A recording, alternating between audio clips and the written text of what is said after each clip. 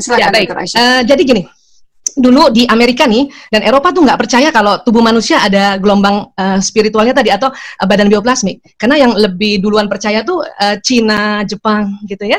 Sampai ada alat ditemukan oleh Profesor Insinyur Semyon Kirlian.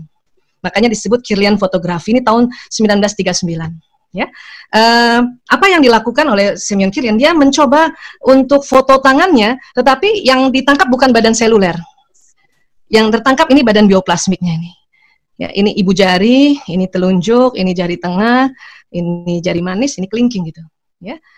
Jadi dari situ baru dia percaya, walaupun dia sudah dapat informasi dari Jepang, dari Cina dan dari India bahwa manusia itu ada badan bioplasmik, tetapi yang menemukan alat sekali lagi tetap tentu orang-orang Eropa, orang Amerika dibanding orang Asia. Kalau Cina tuh dia hanya merasa dan bahkan dia melihat secara kasat mata gitu, karena memang ada cara-cara tertentu yang dia lakukan gitu ya. Nah, apalagi kaki juga gitu, ya dia bercahaya gitu. Ya, kemudian badan manusia ini yang disebut tadi gelombang astral, dia berwarna. Dia berwarna sesuai wataknya, malah dikatakan sekarang ya. Jadi kita bisa lihat sebetulnya warna orang sesuai wataknya gitu. Nah, ini tadi dikatakan kalau kita berdoa dan kita angkat tangan kita, itu memperpanjang sinyal gitu. Nah, agama lain juga ada ritual berdoanya. Dia pasti angkat tangan. Cuman biasanya mereka ada yang begini doanya, tangannya di kepala gini, ada yang begini doanya kan? Ya, atau ada yang begini taruh di kepala gitu. Nah, para ahli energi mengatakan kalau berdoanya dengan tata cara terbuka tangan begini itu lebih panjang. Jadi dari sisi berdoa saja kita umat Islam memang diajarkan untuk menengadahkan tangan begini kan. Bahkan kalau orang-orang Turki itu kan, dia ini banget tuh, ya dia nggak malu-malu angkat tangannya gitu. Karena mungkin di Turki juga belajar seperti ini ya. Nah, kemudian apa lagi? Nah, ada lagi alat sekarang namanya peralatan foto aura. Ya, alhamdulillah kami juga ada alat seperti ini di klinik tempat kami ya. Hanya memang ya nggak banyak yang klinik-klinik yang punya peralatan foto aura ini. Kalau foto aura yang sekarang kita bisa lihat juga badan seluler kita walaupun tidak jelas dan lihat pancaran. Nah, ini gelombang elektromagnetik hanya sampai batas astralnya. Dan sekali lagi dia berwarna ya, sesuai watak ya. Ini cuma buat ilustrasi saja untuk kita tahu saja. Ternyata juga makhluk lain juga ya ada sinyalnya. Ya, kupu-kupu, daun. Ini apel nih, buah apel. Buah apel ini sinyalnya kenceng banget nih. Makanya orang yang diet itu makannya apel supaya punya energi itu. Ya. Tapi kalau kata orang Jepang ada lagi itu buah yang energinya banyak, ya. Itu katanya buah itu namanya buah jamblang. Tahu jamblang, Bu Anca? Orang Jawa tahu jamblang itu. Jamblang itu apa sih? Kayak blackberry. Ya, duet kan orang Jawa bilangnya. Itu antioksidannya tinggi, dia lebih tinggi dari apel katanya. Nah, ini daun juga seperti itu ya. Ini semua pokoknya tumbuhan dia punya gelombang. Artinya apalagi manusia, walaupun dia apapun agamanya, hanya nanti kita lihat perpanjangan sinyalnya ya. Bahkan benda mati pun kalau sering dipegang ya, lama-lama dia juga ada energinya. Kalau kita sering pegang kunci ya, apa yang paling sering kita pegang tuh? Kunci, dompet kah? Ya, nah itu lama-lama dia juga ada gesekan-gesekan ya. Bahkan uang pun baik logam maupun kertas, karena memang bahan dasarnya uang itu ada gelombang elektromagnetiknya, itu juga ya bercahaya gitu atau dia bergelombang. Artinya disinilah kita kalau doa untuk mendapatkan rezeki ini benar-benar terjadi antara ya sinyal kita narik dia gitu. Ya. Kalau ini uang mana nih? Uang Inggris kayaknya ya. Saya belum dapat uang. Oh, ini Amerika ya? Ya, berapa dolar ini? Ya, dia bercahaya gitu. Ya. Nah, apalagi barang-barang elektronik, dia memang ada listriknya. Ya. Kita doa untuk dapat gadget tuh lebih cepat, lebih gampang daripada doa dapat hal yang lain itu. Kenapa? Karena memang sudah dikasih gelombang elektromagnetik di alat-alat seperti ini ya, gadget kah, ya, mobil kah, ya. Nah, ini foto ya. Ini kalau foto ini nanti saya akan jelaskan ya. Nah, kemudian Quran ini ya. Dikatakan satu huruf itu dia bercahaya. Satu huruf Al-Quran itu ada satu malaikatnya atau nurnya. Ya. Malaikat ini kan dari nur, maka dia bercahaya. Makanya apapun yang kita baca di Quran itu, ya, itu betul-betul menambah cahaya diri kita. Sekarang, wudu. Wudu ada salah satu hikmah wudu dari banyaknya hikmah adalah dari tinjauan bioplasmik, dia membuka ya titik-titik cakra ini. Ya. Kenapa? Karena titik-titik cakra ini di dalam tubuh manusia, kadang 360-nya ini ada banyak yang dia bergeraknya ke kanan dia. Jadi ini ada kayak lingkaran, tapi lingkaran energi. Ya, kalau dia bergeraknya ke kanan, itu menutup cakranya atau menutup gelombang sehingga tidak keluar. Tapi kalau dia bergeraknya ke kiri, seperti bertawaf gitu, berlawanan arah jarum jam, itu gelombang ini membuka sinyal. Nah, pada saat kita belum wudhu, mungkin karena kepenatan dalam bekerja, lama berdiri, lama duduk, kemudian kita berwudhu, ya, dengan syarat adalah waktu kita berwudhu itu membasuh wajah atau membasuh semua anggota-anggota yang wajib untuk dibasuh. Ya, artinya kita harus basuh. Kalau cuma air saja kita gini kan di muka, ya, mungkin air itu akan membersihkan debu-debu di muka, tetapi ya cakra-cakra ini ya yang di bawah permukaan kulit dia tidak kena dengan basuhan tangan kita. Makanya harus dibasuh. Ya. Gunanya banyak sekali, tapi salah satunya dari tinjuan bioplasmik ini pada saat dibasuh, ya cakra-cakra ini yang tadi tersumbat dia berputar ke kiri. Ya, tangan juga begitu, tangan ya dibasuh sampai siku. Maka titik-titik yang tadi kena basuhannya itu, ya selain dibersihkan debu-debunya, dia juga yang tadinya berputarnya tersumbat, dia berputar ke kiri. Ya. Kepala juga begitu. Walaupun memang 3 helai saja dia sudah syah, ya berarti ini yang kena. Tetapi sayang karena banyak sekali titik-titik cakra di kepala ini. Jadi kalau dibasuh, kadang-kadang kena airnya kan cuma rambut depan. Tapi karena kita basuh, kena tangan kita nih, ya.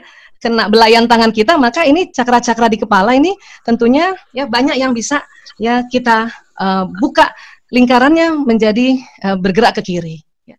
Telinga juga walaupun ini adalah sunnah, dia bukan wajib, tetapi itu tadi karena di telinga juga banyak titik-titik cakra, maka harusnya dibasuh gitu ya. Banyak ibu-ibu kalau malas buka kudung ya kadang-kadang telinganya cuma gini aja nih pakai air gitu ya, mungkin kena tapi mungkin cuma 1 titik saja cakra, padahal di sini nih banyak, ada puluhan cakra di telinga yang harusnya kita basuh juga. Untuk apa? Untuk mengeluarkan cahaya ini. Kaki juga gitu sampai mata kaki ya. Artinya orang dalam keadaan wudhu ya, bagian-bagian yang kena wudhu itu yang dibahas elektromagnetik, mungkin agama ada cara ini. Itu juga yang membedakan ya panjang pendeknya gelombang spiritual kita. Oke. Nah, ini dia. Terus kalau tayamum bagaimana? Tayamum itu ternyata debu ya, itu juga ada salah satu fungsinya sama seperti air untuk membuka gelombang elektromagnetik. Ya. Hanya memang debu karena memang hikmah dari tayamum itu hanya 2 saja bagian-bagian yang dibasuh. Artinya apa? Artinya memang yang bagian muka dan tangan saja yang dibuka gelombangnya. Makanya tayamum itu tidak bisa dipakai untuk 2 kali sholat. 1 kali tayamum untuk 1 kali sholat gitu. Kalau wudhu karena juga kena kepala, kuping dan kaki, ini hikmah ya, ini hikmah saja yang diambil ya dari analisa tentang badan bioplasmik. 1 kali wudhu asal tidak batal, maka masih bisa ya wudhunya habis sholat zuhur karena dia yakin tidak batal, dia pas masuk asar dia langsung sholat. Ya. Dan orang yang tetap bertahan dalam kondisi wudhu itu gelombang elektromagnetiknya lebih panjang sebelum dia berwudhu. Artinya kalimat-kalimat yang disampaikan pada saat kondisi berwudhu itu lebih cepat terbroadcastnya ke alam semesta. Kemudian apalagi yang berbeda dengan agama lain? Ini ada ibadah yang untuk kita ya orang Islam adalah sholat, ibadah khusus.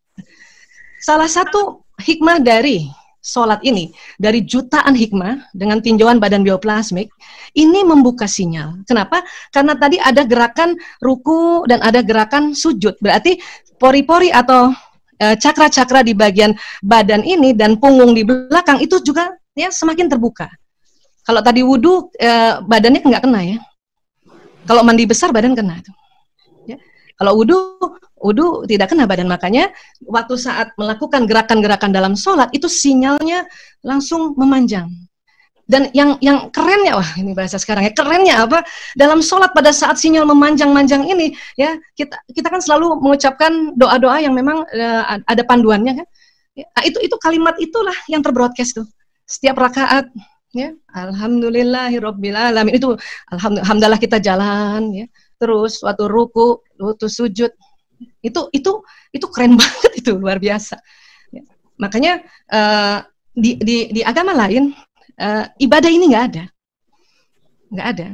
Kalau ditanya Kalau dalam Islam bagaimana? Itu tadi saya suka bilang sama teman-teman yang non Muslim ya, sama-sama kita punya sinyal, tetapi ada ritual ibadah yang diwajibkan dalam Islam, yaitu sholat, dan dari tinjauan bioplasmik ini sholat ini ya memperpanjang gelombang elektromagnetik. Mungkin gadget kita tuh ada yang istilahnya 4G, kita kalau habis sholat kali 400G gitu ya, lebih banyak itu ya. Apalagi saum, puasa, saum ya. Ini luar biasa, Ramadan ini kita bersaum ini ya, dan kita juga tentu menegakkan sholat, tidak hanya yang wajib saja, yang sunnah pun kita lakukan. Itu makanya kenapa orang di Ramadan itu disebutnya bulan bercahaya. Ya, tadi kan Bu Ancel bilang kan bahwa kita tuh ada cahaya, itu betul Bu. Ya, bukan lagi di satu tempat yang bercahaya, semuanya bercahaya, gitu. Ya. Nah, ini tentang teori gelombang pada saat puasa ini cukup panjang juga, kalau saya cerita bisa 2 jam juga ya. Tetapi artinya pada saat kita saum ini sinyal lebih panjang dibanding kita sedang tidak saum. Makanya mengapa orang dalam keadaan puasa, dalam keadaan saum, tidak boleh ngomong jelek-jelek, tidak boleh berpikir jelek-jelek, tidak boleh mengumpat yang jelek-jelek. Kenapa? Kalau nanti dia nggak sadar ucapan itu berulang-ulang, maka nanti kalimat jelek itu terbroadcast dan dia akan menarik peristiwa. Nanti kita rugi. Ya. Dan dikatakan paling panjang sinyal menjelang buka puasa. Itu makanya afdol doa menjelang buka puasa. Ibu-ibu yang walaupun ya menyiapkan takjil, menyiapkan buka puasa itu sambil doa saja. Ya. Kenapa? Karena itu apalagi menyiapkan takjil, karena itu ada ibadah tersendiri itu. Ya. Nah, agama lain mungkin ada ritual puasanya. Cuman karena ritual puasa mereka juga berbeda-beda, ya. Kalau di dalam Islam itu dia lebih tertib per bulan, per tahun ada 1 bulan sekitar 29-30 hari, ya. Belum lagi ada yang puasa-puasa sunnahnya gitu. Mereka juga ada ritual puasa ini, cuman tadi dia punya syariatnya atau dia punya cara yang berbeda. Nah, itu lagi kemungkinan sinyalnya tidak sepanjang ya cara berpuasanya umat Islam. Ya. Apalagi? Nah, ini sedekah. Baik yang wajib yaitu zakat maupun yang sedekah sukarela yaitu infak atau berwakaf dan memberikan hadiah, ya. Itu juga memperpanjang sinyal itu. Kenapa? Karena tadi di sinyal kita di sini titik-titik itu ada istilahnya, yang sebelah kiri itu adalah cakra-cakra receiver, yang sebelah kanan cakra-cakra transmitter. Ya, jadi bagian kiri kita itu dia menerima, ya. Dia menerima sinyal dan yang kanan memberi. Jadi terima terus kasih. Ya. Tentunya kalau kita sering memberikan pada orang, ya, maka kita akan sering juga dikasih nantinya. Makanya itu tadi pada saat kita melakukan sedekah ini, sinyal itu memanjang dan sebisanya kita berdoa sesuatu. Kenapa? Karena rugi kalau enggak, karena sinyal udah panjang terus kita nggak doa apa-apa. Itu ibarat HP kita ya lengkap pulsanya, baterainya juga penuh, tapi kita nggak pakai untuk hal-hal yang bermanfaat gitu. Nah, bisa jadi teman-teman agama lain pun juga ada ritual ini juga. Ritual ini juga. Makanya agama lain juga orang yang mereka itu yang rajin sedekah, hidupnya tuh makmur. Kenapa? Karena memang ada ritual ini dan tentu juga dia sinyalnya panjang. Cuman kan kita lain lagi. Mungkin pada saat kita bersedekah, ya kita buka ya sedekah dengan baca Bismillahirrahmanirrahim dan kemudian kita bersalawat, itu lain lagi panjangnya sinyalnya. Gitu. Ya.